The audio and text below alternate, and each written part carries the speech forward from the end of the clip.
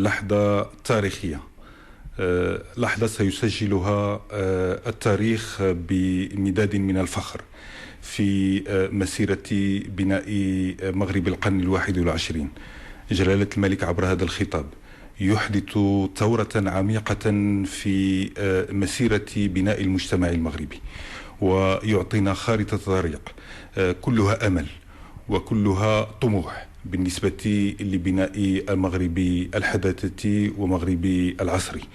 ونحن داخل التجمع المواطنين الأحرار مجندون ومفتخرون بأن نكون وراء جلالة الملك لبناء مغرب يطمح إليه كل المغاربة، مغرب يفتح آفاقا جديدة ومتجددة ويعبئ كافة مكونات الشعب المغربي وراء جلالة الملك في ثورة جديدة، ثورة الملك والشعب.